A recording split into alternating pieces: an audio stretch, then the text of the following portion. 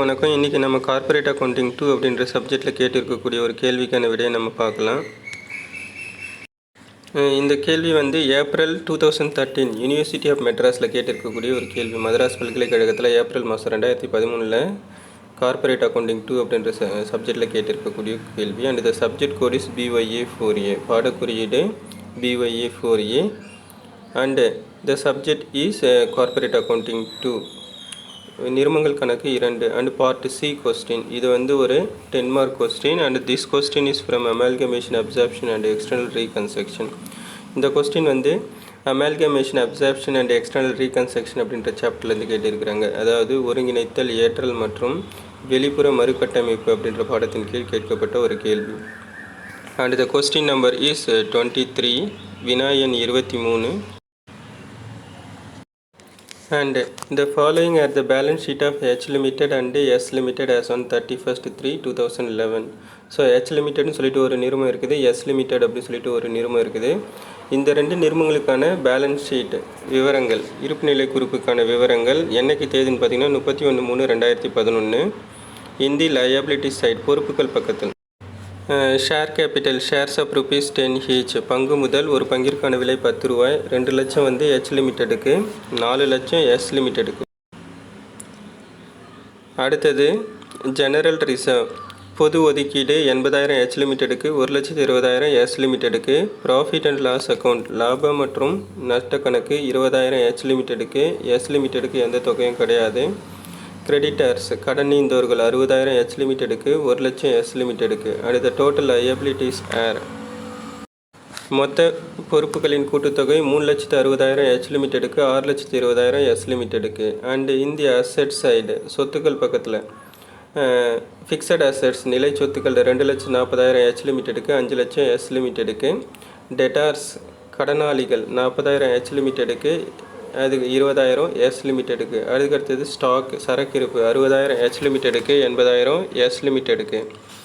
Cash 20,000 H லிமிட்டெடுக்கு, ரொக்கம் 20,000 H லிமிட்டெடுக்கு, S லிமிட்டெடுக்கு வந்து 20,000. அடுத்தது டோட்டல் அசெட்ஸ் ஆர் மொத்த சொத்துக்களின் கூட்டுத்தொகை 3,60,000 H லிமிட்டெடுக்கு, 6,20,000 S லிமிட்டெடுக்கு. அடுத்தது வந்து அடிஷ்னல் இன்ஃபர்மேஷன் கூடுதல் தகவல்கள் என்னெல்லாம் பார்ப்போம். S limited agreed to absorb H limited. இது வந்து அப்சார்ப்ஷன், அமால்கமேஷன் கிடையாது, அப்சார்ப்ஷன். ஸோ இந்த இடத்துல வந்து என்ன சொல்கிறாங்க அப்படின்னா எஸ் லிமிடெட் வந்து H லிமிட்டடோட பிஸ்னஸை மொத்தமாக வாங்குறாங்கன்னு அர்த்தம். ரெண்டுமே பழைய கம்பெனி தான். அப்போ எஸ் லிமிடெட் வந்து என்ன பண்ணுறாங்க அப்படின்னா பர்ச்சேசிங் கம்பெனி வாங்குறாங்க, H லிமிடெட் வந்து விற்கிறாங்க. அப்போ S லிமிடெட் கொள்முதல் நிறுவனம், H லிமிடெட் வந்து விற்பனை நிறுவனம் அப்படி சொல்லிட்டு நம்ம கருதிக்கலாம். அடுத்தது on the following terms. So கீழ்கான அடிப்படையில் வந்து என்ன பண்ணுறாங்க அப்படின்னா S லிமிடெட் வந்து H லிமிட்டடோடைய பிஸ்னஸை வாங்குறாங்க. இதில் S limited to give 1 shares of rupees 10 each. இப்போ என்ன சொல்கிறாங்க அப்படின்னா S லிமிடெட் வந்து ஒரு ஷேர் கொடுக்குறாங்க, ஒரு ஷேருக்கான வேல்யூ 10 ரூபா தான் அதனுடைய முகமதிப்பு. ஆனால் அக்ரிமெண்ட்டில் போட்டு இருக்கிறது வந்து ஒப்பந்த விலை. S லிமிடெட் வந்து H லிமிட்டடோட போட்டு இருக்கக்கூடிய ஒப்பந்த விலை வந்து 30 ரூபா. அப்போ ஒரு ஷேருக்கு வந்து 30 ரூபான்னு சொல்லிட்டு ஒப்பந்த விலையில் கொடுக்குறாங்க, அந்த 10 ரூபாவில் கொடுக்குறது கிடையாது. அது மாதிரி H லிமிடெட் கிட்டேருந்து எவ்வளோ ஷேர் வாங்குறாங்கன்னு பார்த்தீங்கன்னா 3 ஷேர் வாங்குறாங்க. அதாவது S லிமிடெட் ஒரு ஷேரை கொடுக்குறாங்க, ஒரு ஷேர் வந்து 30 ரூபா ரேட்டு ஒப்பந்த விலையில் வந்து கொடுக்குறாங்க அக்ரீட் வேல்யூவில். அதுக்கு பதில் எத்தனை ஷேர் வாங்குறாங்க அப்படின்னா H லிமிடெட் கிட்டேருந்து S லிமிடெட் 3 ஷேர் வாங்குறாங்க. அப்போ S லிமிடெட் ஒரு ஷேர் கொடுக்குறாங்க, H லிமிடெட் வந்து 3 ஷேர் கொடுக்குறாங்க. 2 பேரும் மாற்றி ஷேர் பண்ணிக்கிறாங்க. அப்போ எவ்வளோ ரேட்லன்னா 30 ரூபா ரேட்டில் வந்து ஷேரை மாறுது அப்படின்னு அர்த்தம். இப்போ ஏற்கனவே சொல்லியிருக்கிற மாதிரி தான் S லிமிட்டெட்ன்றது வந்து பர்ச்சேசிங் கம்பெனி. அப்போ பர்ச்சேசிங் கம்பெனி ஒரு ஷேரை கொடுக்குது 30 ரூபா ரேட்டில். செல்லிங் கம்பெனி வந்து என்ன பண்ணுறாங்க அப்படின்னா அதனுடைய ஷேரை 3 ஷேர் கொடுக்குறாங்க அந்த 30 ரூபா ரேட்டுக்கு. ஸோ அப்போ 3 ஷேரை வாங்குறாங்க. S லிமிடெட் பர்ச்சேசிங் கம்பெனி வந்து ஒரு ஷேரை கொடுத்துட்டு 30 ரூபா ரேட்டில் செல்லிங் கம்பெனியோட 3 ஷேர் ஒவ்வொரு தடவையும் 3 ஷேரை வந்து வாங்குறாங்கன்னு அர்த்தம். இது எப்படி நம்ம கால்குலேஷனுக்கு கொண்டு போகலாம் அப்படின்றத நம்ம பார்ப்போம். அடுத்தது the shares of S limited are quoted the market at ₹45 per share. அது மட்டும் இல்லாமல் அக்ரிமெண்ட்டு ஒப்பந்த விலை 30 ரூபா இருக்குது. அதுக்கடுத்தது சந்தை விலைன்னு சொல்லிட்டு ஒன்று மார்க்கெட் ப்ரைஸு ஒவ்வொரு ஷேருக்கும் 45 ரூபா வந்து கொடுத்துருக்குறாங்க. அதை நம்ம எப்படி கணக்குக்கு நம்ம கொண்டு போகலாம், அதை எப்படி நம்ம கணக்கில் எடுத்துக்கலாம் அப்படின்றதையும் நம்ம பார்க்கலாம். And the trade liability is to be taken over. அதாவது வியாபார பொறுப்புகள் வந்து எடுத்துக்கிறாங்க அப்படின்னு. எஸ் லிமிடெட் வந்து ஹெச் லிமிடெடோடைய எக்ஸ்டர்னல் லையபிலிட்டி, கரண்ட் லையபிலிட்டி எல்லாமே எடுத்துக்கிறாங்க அப்படி சொல்லியிருக்கிறாங்க. இப்போ இந்த விவரங்களை அடிப்படையாக கொண்டு நம்ம என்ன பண்ணணும் அப்படின்னா, give the record journal entry in the books of S limited. S limited வந்து பர்ச்சேசிங் கம்பெனி, அதற்கான குறிப்பீட்டு பதிவுகள் ஜேர்னல் என்ட்ரியை ப்ரிப்பேர் பண்ணணும். அதே மாதிரி பேலன்ஸ் ஷீட்டும் நம்ம ப்ரிப்பேர் பண்ணணும். அடுத்தது நோட்ஸு, குறிப்புகள். அப்சார்ப்ஷன், இந்த மெத்தட் வந்து அமால்கமேஷன் கிடையாது, அப்சார்ப்ஷன். 2 பழைய கம்பெனி இருக்குது, ஒரு பழைய கம்பெனி வந்து இன்னொரு கம்பெனியை வாங்கிக்கிறாங்க. அப்போ எஸ் லிமிட்டடும் பழைய கம்பெனி தான், ஹெச் லிமிட்டடும் பழைய கம்பெனி தான். ஸோ எஸ் லிமிடெட் வந்து என்ன பண்ணுறாங்க அப்படின்னா ஹெச் லிமிட்டடை வாங்குறாங்கன்னு அர்த்தம். அப்போ இது வந்து நெட் பேமெண்ட் மெத்தடில் கொடுத்துருக்குறாங்க. எதுக்காக இது வந்து நெட் பேமெண்ட் மெத்தடில் கொடுத்துருக்காங்க அப்படி சொல்லிட்டு திரும்பவும் கொஸ்டினில் போய் பார்ப்போம். எதனால் இந்த இடத்துல நம்ம நெட் பேமெண்ட் மெத்தட்லனா ஷேர் ப்ரைஸில் சேஞ்சஸ் வருது, அதுதான் முக்கியமாக நீங்கள் கவனிக்கணும். ஏதாவது அடிஷ்னல் இன்ஃபர்மேஷன் பேலன்ஸ் ஷீட்டு கீழே கொடுத்துருக்காங்க பாருங்கள், ஷேரோட ரேட் வந்து 10 ரூபா தான், ஆனால் அதுக்கான ரேட்டை வந்து கொடுக்கும்போது 15 ரூபா 30 ரூபா ரேட்டு கொடுக்குறாங்க, ஒப்பந்த விலை அப்படி சொல்லிட்டுலாம் ஒன்று கொடுத்து வச்சுருப்பாங்க, இல்லை மார்க்கெட் ப்ரைஸ்ன்னு சொல்லிட்டு. இந்த மாதிரி ஏதாவது ஷேரோட ரேட்டில் வந்து அக்ரிமெண்ட் ப்ரைஸ்ன்னு சொல்லிட்டு ஏதாவது கொடுத்துருக்காங்க அப்படின்னா நீங்கள் கண்ணை மூடிட்டு அது வந்து நெட் பேமெண்ட் மெத்தட் அப்படி சொல்லிட்டு நம்ம மைண்டில் வச்சுருக்கணும். இன்கேஸ் அந்த மாதிரி எதுவும் கொடுக்காம சிம்பிளாக வந்து வெறும் assets and liabilities taken over, ஷேரோட ப்ரைஸ் வந்து 10 ரூபா ரேட்டில் அப்படியே தான் இருக்குது அப்படின்னா அது வந்து நெட் அசட்ஸ் மெத்தட், நிகர சொத்துக்கள் முறை அப்படி சொல்லிட்டு. நிகர சொத்துக்கள் முறைன்னு சொல்லிட்டு நான் ஏற்கனவே சொல்லியிருப்பேன். என்னது, ஃபிக்ஸட் அசட்ஸ்லேருந்து எக்ஸ்டர்னல் லயபிலிட்டிஸ் எல்லாத்தையும் கழிச்சோம்னா ஃபாலோ பண்ணக்கூடிய மெத்தட் வந்து நெட் அசட் மெத்தடு.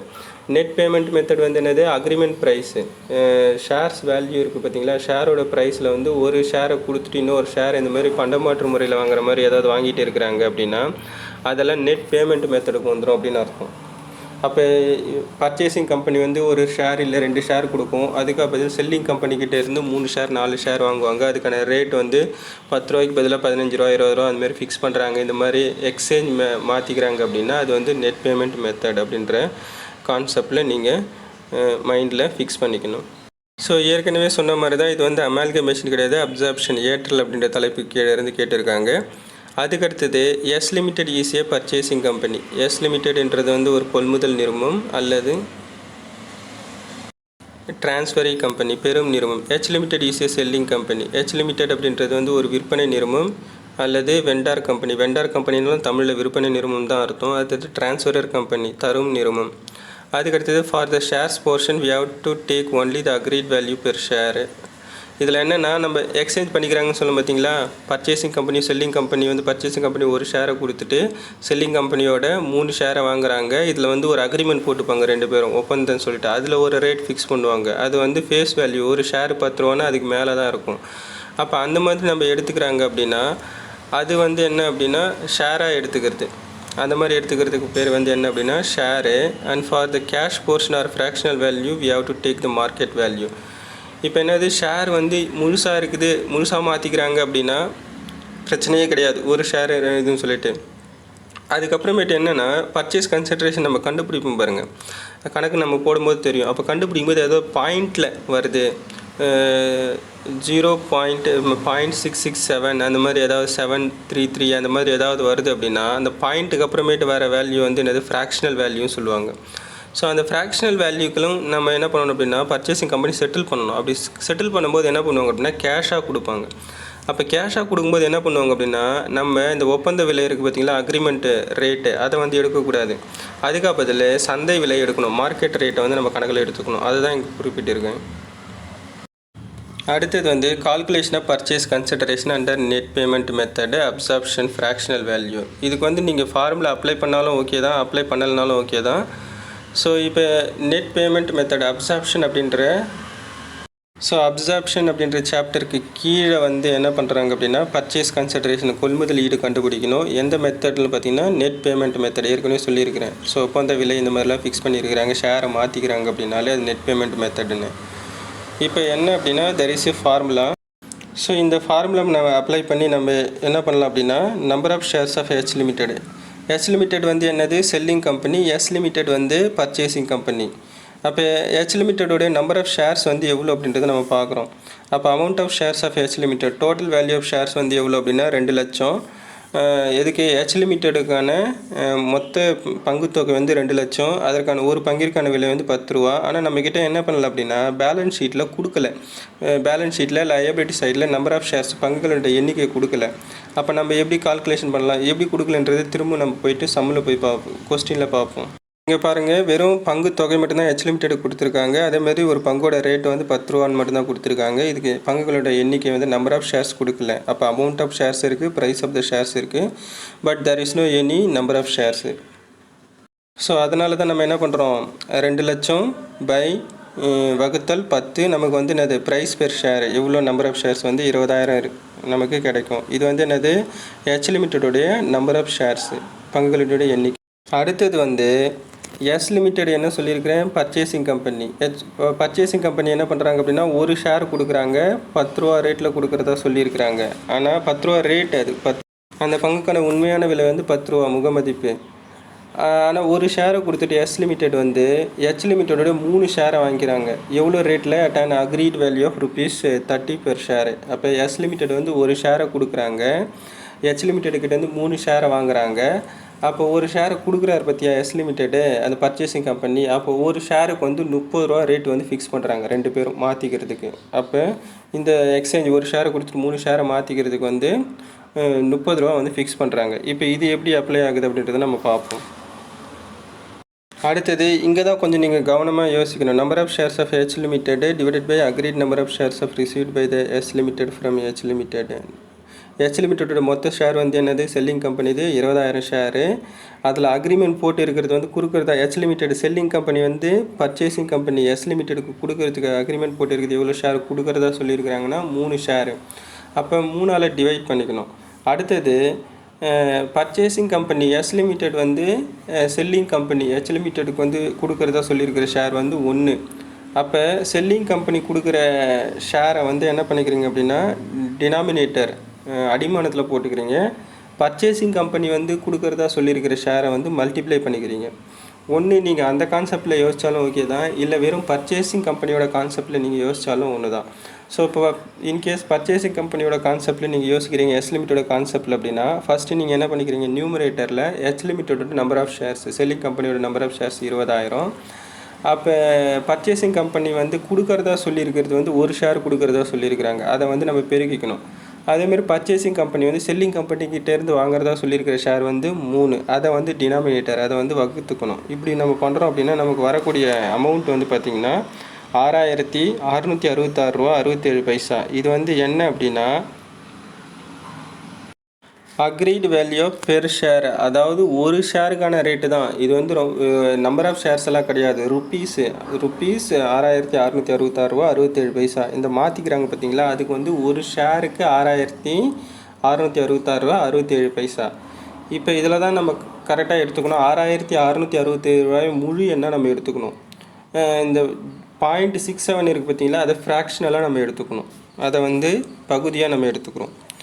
இப்போ அதை தான் இங்கே கீழே கொடுத்துருக்கோம் பாருங்கள். 0.67 வந்து என்ன பண்ணியிருக்கிறோம், ஃப்ராக்ஷனலாக எடுத்துக்கிறோம், அது கேஷ் பேமெண்ட்டாக கொடுக்குறோம். அப்போ மொத்தமாக இருக்கிறது வந்து எவ்வளோ, ₹6,666.67. அதில் இருந்து 0.67 0.67 போயிடுச்சுன்னா மிச்சம் ₹6,666. அதை வந்து நம்ம என்ன பண்ணுறோம் அப்படின்னா ஒரு ஷேருக்கான ரேட்டாக நம்ம எடுத்துக்கிறோம். இப்போ இதுக்கு அடுத்தது என்ன கால்குலேஷன் வருது அப்படின்றத பார்ப்போம். இப்போ என்ன பண்ணுறோம் அப்படின்னா டோட்டல் எக்ஸ்சேஞ்ச், அதாவது எவ்வளோ எக்ஸ்சேஞ்ச் பண்ணிக்கிறாங்க. இந்த இடத்துல வந்து தனித்தனியாலாம் இது பண்ணி ஒரு ஷேரை கொடுத்து 3 ஷேராக மாற்றும் போது இந்த எக்ஸ்சேஞ்ச் பண்ணும்போது பார்த்திங்கன்னா ஆவரேஜ் ஷேர் வந்து எவ்வளோ, ₹6,666. இப்போ ஒரு ஷேருக்கு வந்து எவ்வளோ ஒப்பந்தம் பண்ணியிருக்கிறாங்க, ₹30. அப்போ 6,666 பெருக்கல் 30 நமக்கு வந்து ₹1,99,980.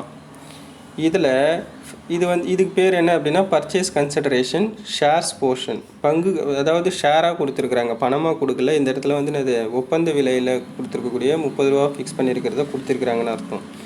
யாருக்கு, number of shares received from S limited and agreed price per share. நீங்கள் ஃபார்முலா அப்ளை பண்ணாலும் ஷேர் தான், இல்லை அப்ளை பண்ணாமல் நீங்கள் போட்டாலும் ஷேர் தான்.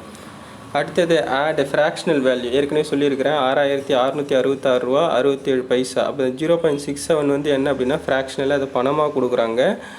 அது பணமாக கொடுக்கும்போது அது வந்து என்னது சந்தை விலையில் கொடுக்குறாங்கன்னு அர்த்தம். அடுத்தது இப்போ அந்த 0.67 புள்ளி 67ன்னு இருக்குது பார்த்தீங்களா, அதை வந்து மார்க்கெட் விலை சந்தை விலை கொஸ்டினில் கொடுத்துருப்பாங்க 45 ரூபான்னு சொல்லிட்டு, அதால் பெருக்கிறோம் அப்படின்னா 30 ரூபா வரும். இப்போ தொகை எல்லாத்தையும் கூட்டிக்குங்க. 1,99,980 ப்ளஸ் ஒரு 30, மொத்த பர்ச்சேஸ் கன்சிடரேஷன் வந்து எவ்வளோ? 2,10,000 ரூபா. Total purchase consideration 2,10,000. அடுத்தது calculation of premium and value of shares. பங்குகள் மீதான முனைமம் ப்ரீமியம் வேல்யூ எவ்வளோ இருக்குதுன்னு சொல்லிட்டு இதையும் கொஞ்சம் நீங்கள் கவனமாக பார்க்கணும். இதில் premium and value of shares வந்து எவ்வளோன்னா purchase consideration in shares portion, ஃப்ராக்ஷனலில் எடுக்கக்கூடாது. எவ்வளோ எக்ஸ்சேஞ்ச் பண்ணிக்கிறாங்களோ பர்ச்சேஸ் கன்சிடரேஷன் ஷேர்ஸ் போர்ஷனை அதிலேருந்து ஃபேஸ் வேல்யூ ஆஃப் ஷேர்ஸை வந்து நம்ம கழிக்கிறோம். ஆல்ரெடி நம்ம பர்ச்சேஸ் கன்சிடரேஷன் ஷேர்ஸ் போர்ஷனுக்கு கண்டுபிடிச்சோம், எங்கே இருக்குதுன்னு சொல்லிட்டு திரும்ப போய் பார்ப்போம். ஃபஸ்ட்டு கொடுத்துருக்காங்க பார்த்தீங்களா 1,99,980 ரூபா, அது வந்து purchase consideration in shares portion. Cash portion எடுக்கக்கூடாது, ஷேர் பங்குகளுக்கான பகுதியை மட்டும் நம்ம எடுக்கணும். ஃபேஸ் வேல்யூ ஆஃப் ஷேர்ஸை நம்ம கழிக்கணும்னு சொல்லியிருக்கிறாங்க. எவ்வளோ ஷேர் இங்கே கொடுத்துருக்காங்க? ஷேர்ஸ் போர்ஷனில் 6,666 ரூபா, 6,666 வந்து எக்ஸ்சேஞ்ச் பண்ணிக்கிறாங்க. ஒரு ஷேருக்கு 30 ரூபா கொடுத்துட்டாங்க ஷேர் போர்ஷன். ஆனால் இங்கே வந்து என்ன பண்ணிக்கிறோம் அப்படின்னா ஃபேஸ் வேல்யூ வந்து அந்த ஒரு ஷேருக்கான ஃபேஸ் வேல்யூ 10 ரூபா தான், முகமதிப்பு வந்து 10 ரூபா தான். இப்போ அந்த முகமதிப்போட வேல்யூ நம்ம கழிச்சோம் அப்படின்னா ப்ரீமியம் வந்துடுது அப்படி சொல்லியிருக்கிறாங்க. அதுதான் இங்கே ஃபார்முலாவாக கொடுத்து வச்சுருக்கிறேன். ஃபேஸ் வேல்யூக்கு number of shares of receivable from S limited எவ்வளோ, அந்த எக்ஸ்சேஞ்ச் பண்ணிக்கிறது 6,666. ஒரு ஷேருக்கான விலை வந்து என்னது, பங்கு விலை 10 ரூபா. அப்போ எவ்வளோ வருது ஃபேஸ் வேல்யூ? முகமதிப்பில் பார்க்கும்போது ஒரிஜினல் வேல்யூ வந்து 66,666 ரூபா தான். ஆனால் ஒப்பந்த விலையில் நம்ம என்ன பண்ணிட்டோம் அப்படின்னா மாற்றிட்டோம். பர்ச்சேஸ் கன்சிடரேஷன் வந்து ஒப்பந்த விலையில் அக்ரிமெண்ட் ப்ரைஸில் வந்து போட்டுருக்குறாங்க 30 ரூபா ரேட்டுக்கு. அப்போ ப்ரீமியமான எக்ஸ்ட்ரா எவ்வளோ கொடுத்துருக்காங்க பார்த்தீங்கன்னா, ஒரிஜினல் அந்த ஷேருக்கான உண்மையான விலை வந்து 6,660 ரூபா தான். ஆனால் எஸ் லிமிடெட் வந்து என்ன பண்ணியிருக்காங்க, ஹெச் லிமிடெடுக்கு எக்ஸ்ட்ராவே காசு கொடுத்துட்டாங்க. அந்த extra payment is called premium. அப்போ அதிகமாக கொடுத்துருக்கக்கூடிய கொள்முதல் ஈடுக்கு பேர் வந்து என்ன அப்படின்னா முனைமம் என்று அழைக்கப்படுகிறது. அப்போ அது எவ்வளோன்னு சொல்லிட்டு பார்த்தீங்கன்னா 10 ரூபா கொடுக்க வேண்டிய இடத்துல 30 ரூபா கொடுத்துட்டாரு. அப்போ எக்ஸ்ட்ரா 20 ரூபா சேர்த்து கொடுத்துருக்குறாங்க. அப்போ 1,99,980 ரூபான்றது வந்து ப்ரீமியம் கொள்முதல் ஈடாக கொடுத்துருக்கு. கொள்முதல் ஈடாக கொடுக்குறதுல ஆக்சுவலாக உண்மையான அந்த பங்குக்கான விலை வந்து 66,660 ரூபா தான். அப்போ 1,99,980 66,660 ரூபாயை கழிச்சு அப்படின்னா மிச்சம் வந்து 1,33,320 ரூபா. எக்ஸ்ட்ரா வந்து எஸ் லிமிடெட் வந்து பர்ச்சேசிங் கம்பெனி, கொள்முதல் நிறுவனம் வந்து விற்பனை நிறுவனம் செல்லிங் கம்பெனி கொடுத்துருக்குறாங்க. அந்த எக்ஸஸ் பேமெண்ட்டுக்கு பேர் என்ன அப்படின்னா ப்ரீமியம் ஆன் ஷேர்ஸு, அதாவது முனைமத்தில் கொடுத்துருக்குறாங்க, செட்டில் பண்ணியிருக்கிறாங்கன்னு அர்த்தம். இதையும் எப்படி கணக்கில் நம்ம பயன்படுத்தலாம் அப்படின்றத ஃபர்தராக பார்ப்போம். இது journal entry S limited purchasing கம்பெனிக்கான குறிப்பீட்டு பதிவுகளை நம்ம பார்க்கலாம். ஃபஸ்ட்டு வந்து என்ன அப்படின்னா பர்ச்சேஸ் கன்சிடரேஷன் பேயபிள், அதாவது கொள்முதல் ஈடு கொடுக்க வேண்டியதற்கான ஜேர்னல் என்ட்ரி. இன்னும் கொடுக்கல, நம்ம கொடுக்க போகிறாங்கன்னு அர்த்தம். அப்போ அதுக்கான டேட் வந்து என்ன, 31 கொஸ்டினோட டேட்டு தான் பேலன்ஸ் ஷீட் டேட்டு 31/3/2011. பர்டிகுலர் காலம் விவரங்கள் பற்றியில் என்ன பண்ணுறோம், பர்ச்சேஸ் கன்சிடரேஷன் அக்கௌண்ட் டெட்டார்னு போகிறதுக்கு பதிலாக பிஸ்னஸ் பர்ச்சேசஸ்ன்னு போடணும். ஏன்னா இது அக்கௌண்டிங் டேர்ம்ஸு. ஸோ அது ரெண்டுமே ஒன்று தான், பிஸ்னஸ் பர்ச்சேசஸ்னாலும் பர்ச்சேஸ் கன்சிடரேஷன்னாலும் ஒன்று தான். இதுக்கு பேர் என்னன்னா டோட்டல் பர்ச்சேஸ் கன்சிடரேஷன். அப்போ டோட்டல் பர்ச்சேஸ் கன்சிடரேஷன் நம்ம ஆல்ரெடி கண்டுபிடிச்சிட்டோம்.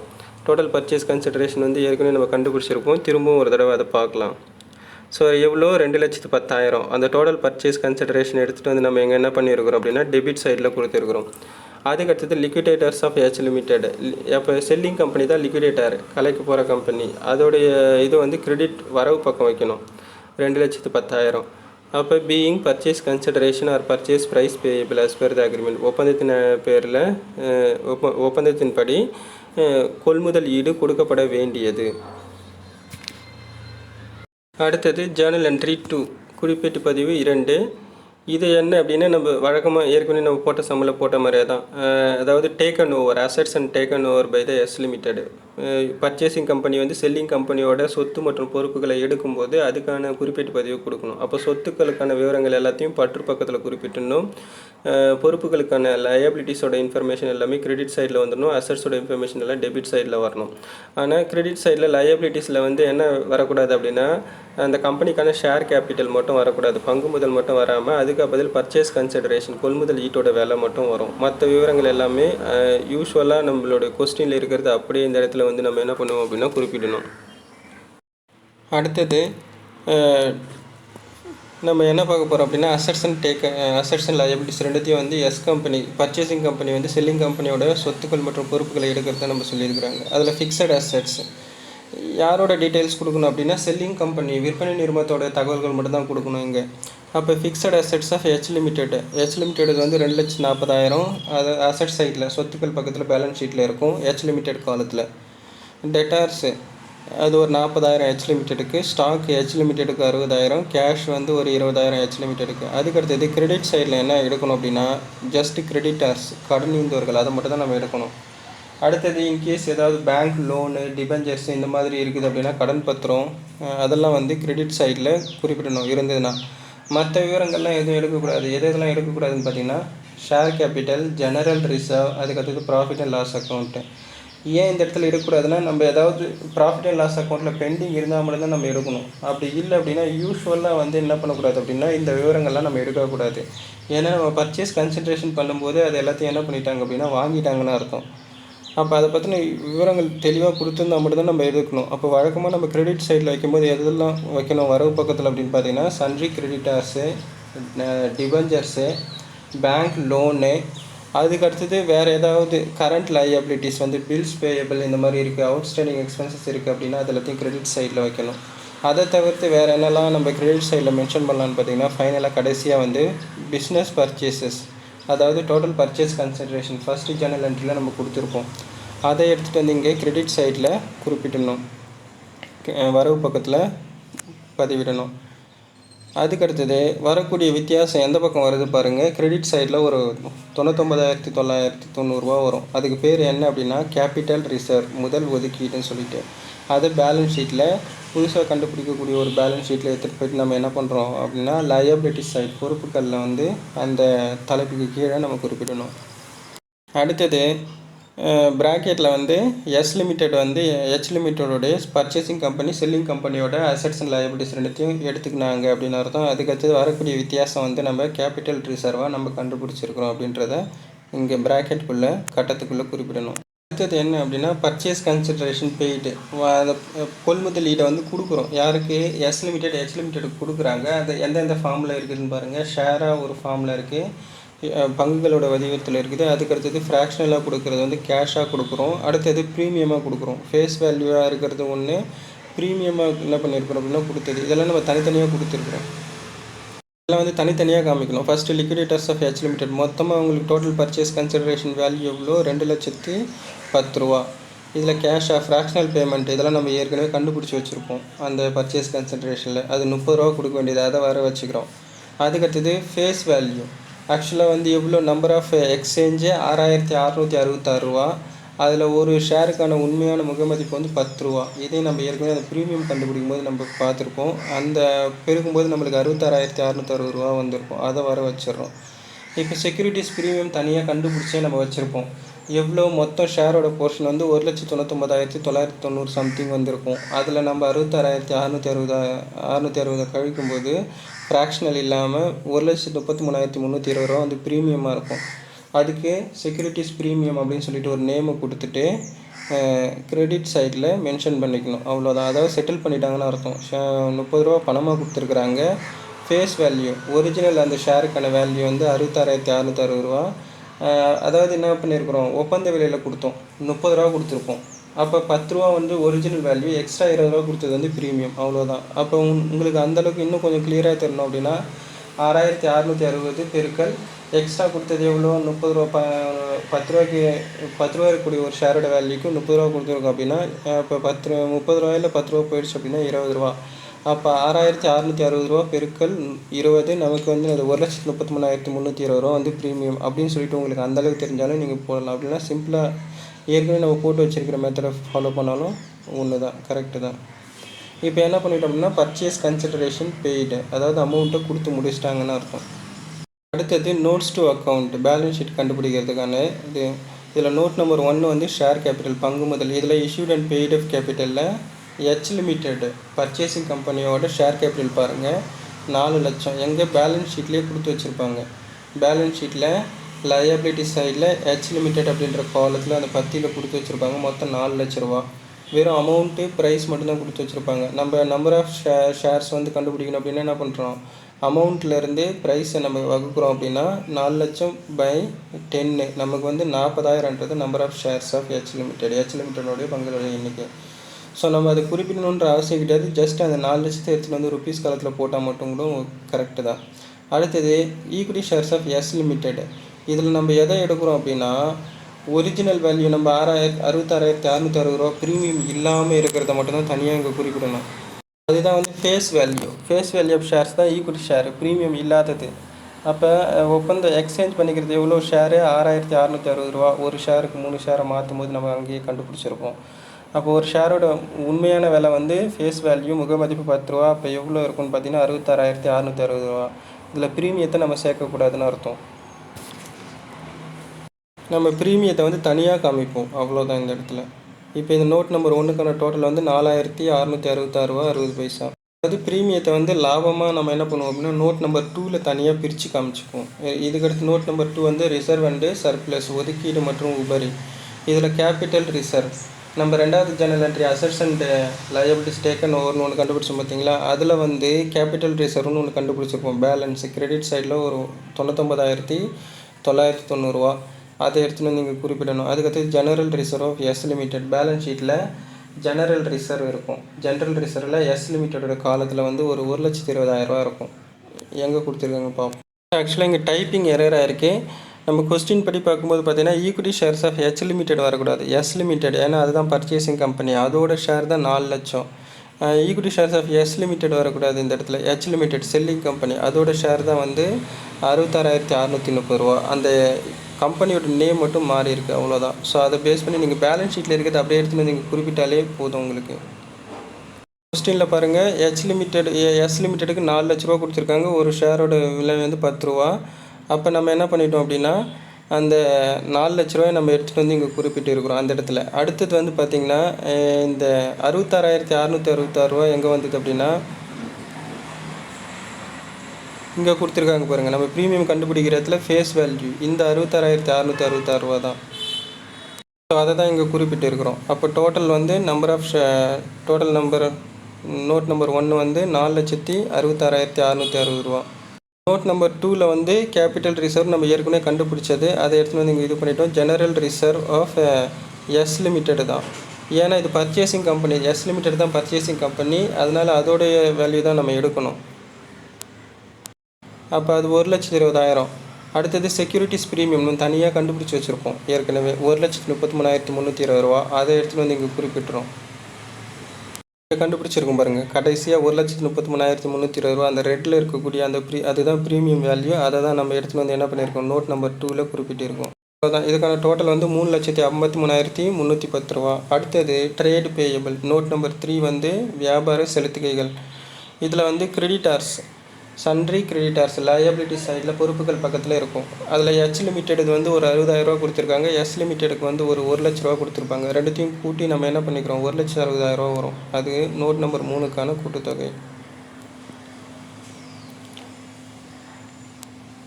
அடுத்தது வந்து டேஞ்சிபிள் அசெட்ஸ், கண்ணுக்கு தெரியக்கூடிய சொத்துக்கள். இதில் வந்து பாருங்கள் ஃபிக்ஸட் அசெட்ஸ் ஆஃப் ஹெச் லிமிட்டெடுக்கு வந்து ஃபிக்ஸட் அசெட்ஸ் வந்து 2,40,000, எஸ் லிமிட்டெடுக்கு 5 லட்சம். ரெண்டுத்தையும் கூட்டி போட்டோம்னா 7,40,000. அடுத்தது ட்ரேட் ரிசீவபிள் வியாபார பெருகைகள். இதில் வந்து டெட்டார்ஸோட டீட்டெயில்ஸ் கடனாளிகளுடைய விவரங்களை எடுக்கணும். ஹெச் லிமிட்டெடுக்கு 40,000, எஸ் லிமிட்டெடுக்கு 20,000. ரெண்டுத்தையும் கூட்டணும் அப்படின்னா 60,000 ரூபா வரும்.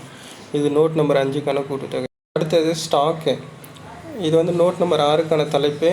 இதில் ஸ்டாக் வந்து ஹெச் லிமிட்டெடுக்கு 60,000 ரூபா இருக்குது, எஸ் லிமிட்டெடுக்கு 80,000. ரெண்டுத்தையும் கூட்டணும் 1,40,000. இது நோட் நம்பர் 6க்கான கூட்டுத்தொகை. அடுத்தது cash and cash equivalent item note number 7க்கான கூட்டுத்தொகை என்ன அப்படின்றத பார்ப்போம்.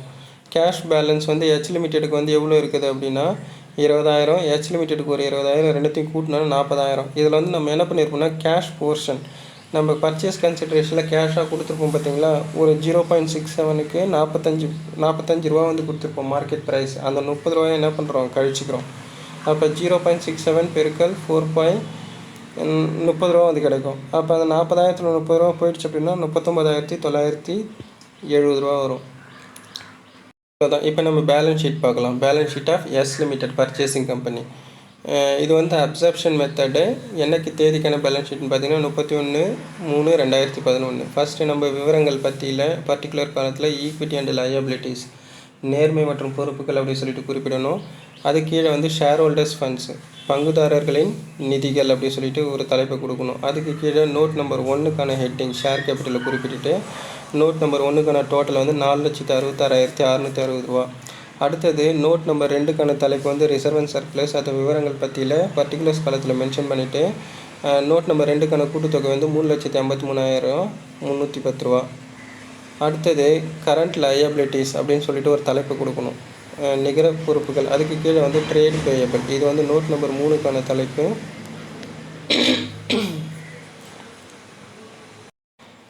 ஸோ இதற்கான கூட்டுத்தொகை வந்து 1,60,000. இப்போ நம்ம என்ன பண்ணுறோம், இந்த தொகை எல்லாத்தையும் கூட்டுறோம். நமக்கு 1,79,970 ரூபா வருது. இது எதுக்கான கூட்டுத்தொகை? டோட்டல் ஈக்விட்டி அண்ட் லயபிலிட்டிஸ், மொத்த நேர்மை மற்றும் பொறுப்புகளுக்கான கூட்டுத்தொகை. அடுத்தது அசட்ஸ்,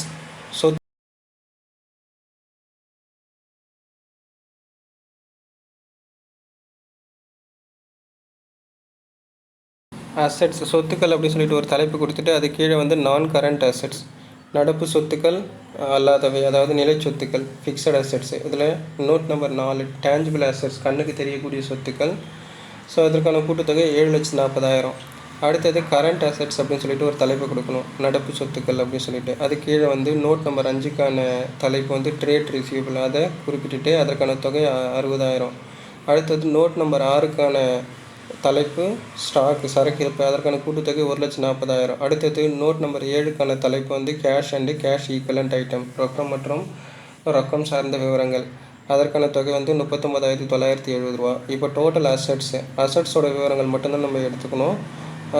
டோட்டல் அசட்ஸ் வந்து 9,79,970 ரூபா. அவ்வளவுதான்.